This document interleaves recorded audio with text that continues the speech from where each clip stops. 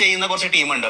ഇപ്പൊ നമ്മുടെ അക്ബറിനെയും പിന്നീട് ഒക്കെ PR ചെയ്ത ചിന്ത കാശ് കൊടുത്തു കഴിഞ്ഞാൽ അവർ വോട്ട് നമുക്ക് തരും.